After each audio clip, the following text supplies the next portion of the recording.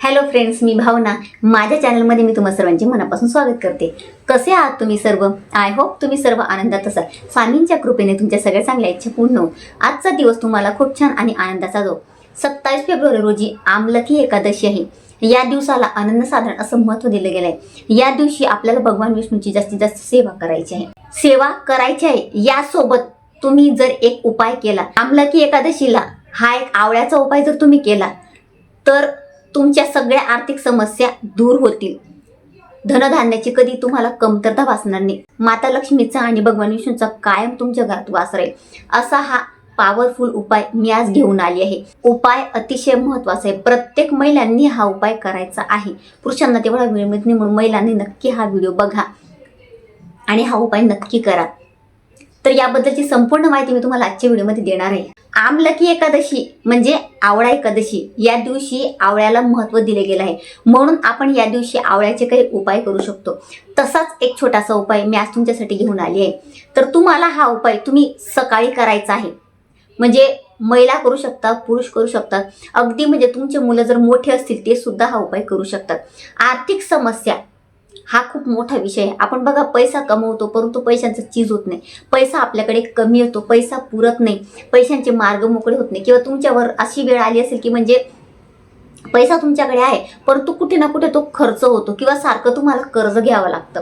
कर्ज घ्यायची वेळ येते, कर्ज तुमचं फिटत नाही. तर हा उपाय तुम्ही केला तर तुमचं कर्ज सुद्धा लवकर फिटणार आहे. पैसा पुरत नाही, पैसा कुठे ना कुठे खर्च होतो, वायफळ खर्च तुमचा होतो. तर हा उपाय तुम्ही नक्की करा. तुमच्या पैशांच्या समस्या नक्की दूर होणार आहेत आणि पैशांचे मार्ग तुमचे मोकळे होतील. तुमच्याकडे लक्ष्मी खेचली जाणार आहे. असा हा उपाय आहे. तर हा उपाय तुम्हाला सकाळी करायचा आहे. जर तुम्हाला शक्य असेल तर पिवळ्या रंगाचे कपडे या दिवशी परिधान करा. तुम्हाला नसेल शक्य तर पिवळे कपडे नाही घातले तरी सुद्धा चालेल, परंतु निळ्या किंवा काळ्या रंगाचे कपडे घालू नका. हे दोन रंग सोडून तुम्ही कुठलेही कपडे घालू शकता. तर तुम्हाला हा उपाय सकाळी करायचा आहे. सकाळी छान शुचिर्भूत व्हायचं आणि त्यानंतर देवपूजा तुम्हाला या उपायाला सुरुवात करायची आहे. तर या उपायासाठी तुम्हाला 11 आवळे लागणार आहेत. आता हा उपाय तुम्ही आवळ्याच्या झाडाखाली करायचा आहे. आता आवळ्याचं झाड तुम्हाला नाही मिळालं तर काय करायचं ते मी तुम्हाला पुढे सांगते. तर आवळ्याच्या झाड तुमच्या घराजवळ कुठे असेल तर तिथे तुम्ही जा. तिथे गेल्यानंतर तुम्हाला हळद कुंकू न्यायचं आहे, अक्षदा न्यायच्या आहे आणि त्यानंतर तुम्हाला 11 आवळे न्यायचे आहेत तिथे. तर आवळ्याच्या झाडाजवळ गेल्यानंतर तुम्हाला तिथे 11 आवळे एका प्लेटमध्ये ठेवायचे. प्लेट सुद्धा घरूनच घेऊन जायचे आहे आणि त्या प्लेटमध्ये 11 आवळे ठेवल्यानंतर त्यांची विधिवत हळद कुंकू अर्पण करायचं. त्याला हळद कुंकू अक्षदा अर्पण करायचं, एक फूल अर्पण करायचं.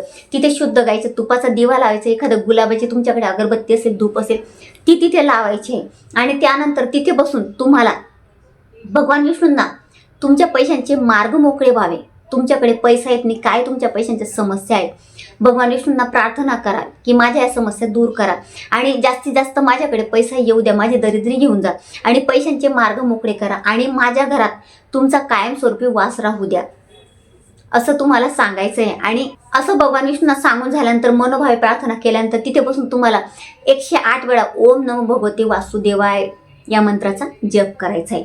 आणि त्यानंतर तिथे 21 प्रदक्षिणा तुम्हाला त्या झाडाला मारायचे आहेत.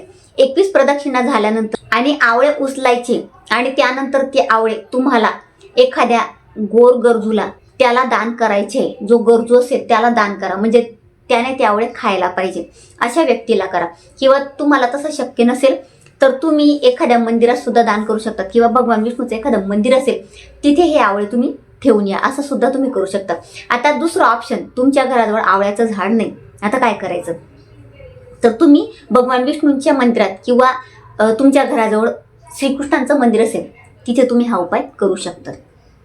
आणि तुम्ही तिथे दान सुद्धा करू शकता जर तुम्हाला एखादा व्यक्ती नाही मिळाला हे दान करायला. आणि दान करत असताना हे आवळे त्याच दिवशी तुम्हाला दान करायचे. खूपच म्हणजे तुम्हाला शक्य नाही झालं तर तुम्ही दुसऱ्या दिवशी करा, परंतु मी तुम्हाला सांगेल की याच दिवशी दान करा. म्हणजे सकाळी हा तुम्ही उपाय करणार तर तुम्ही दुपारी किंवा सायंकाळी हे दान करू शकतात.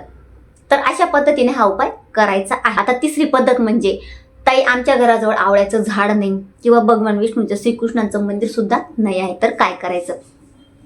तर तुम्ही घरी बसून म्हणजे घरी आपली सकाळी देवपूजा करायची. छान देवपूजा झाल्यानंतर पिवळ्या रंगाचे फूल बाळकृष्णांना अर्पण करायचं. तुमच्या घरात बाळकृष्णाची मूर्ती असेल किंवा भगवान विष्णूचा फोटो मूर्ती असेल, त्यांना पिवळं फूल अर्पण करायचं आणि त्यांची विधिवत पूजा करायची. पूजा झाल्यानंतर तुम्हाला तिथेच भगवान विष्णूच्या समोर बसून हा उपाय करायचा आहे. जशा पद्धतीने सांगितलं तसाच करायचा आहे बघा. जप करायचा आणि 21 प्रदक्षिणा. तुम्हाला तुमचं आता मंदिर असेल, देवघर असेल, तर देवघराला तुम्ही प्रदक्षिणा मारू शकत नाही. तर काय करायचं, स्वतःभोवतीच तुम्हाला 21 प्रदक्षिणा मारायचे. अगदी म्हणजे खूप जास्त प्रभावशाली हा उपाय आहे. तर हा उपाय प्रत्येक महिलांनी नक्की करा. आता व्हिडिओमध्ये मी बरंच सांगितले, काही तुम्हाला नसेल समजलं तर तुम्ही मला कमेंटमध्ये नक्की विचारू शकता. आणि कमेंट करताना तुम्ही कुठून कमेंट करता ते सुद्धा मला नक्की सांगा. आणि कमेंटमध्ये ओम नमो भगवते वासुदेवाय नक्की लिहा. तर अतिशय छोटीशी माहिती ती जी मला तुम्हाला द्यायची होती. जर तुम्हाला माझा आजचा व्हिडिओ आवडला असेल तर व्हिडिओला लाईक, शेअर, चॅनलला सबस्क्राईब नक्की करा. पुन्हा भेटूया अशाच एका नवीन व्हिडिओसोबत. तोपर्यंत सर्वांना श्री स्वामी समर्थ.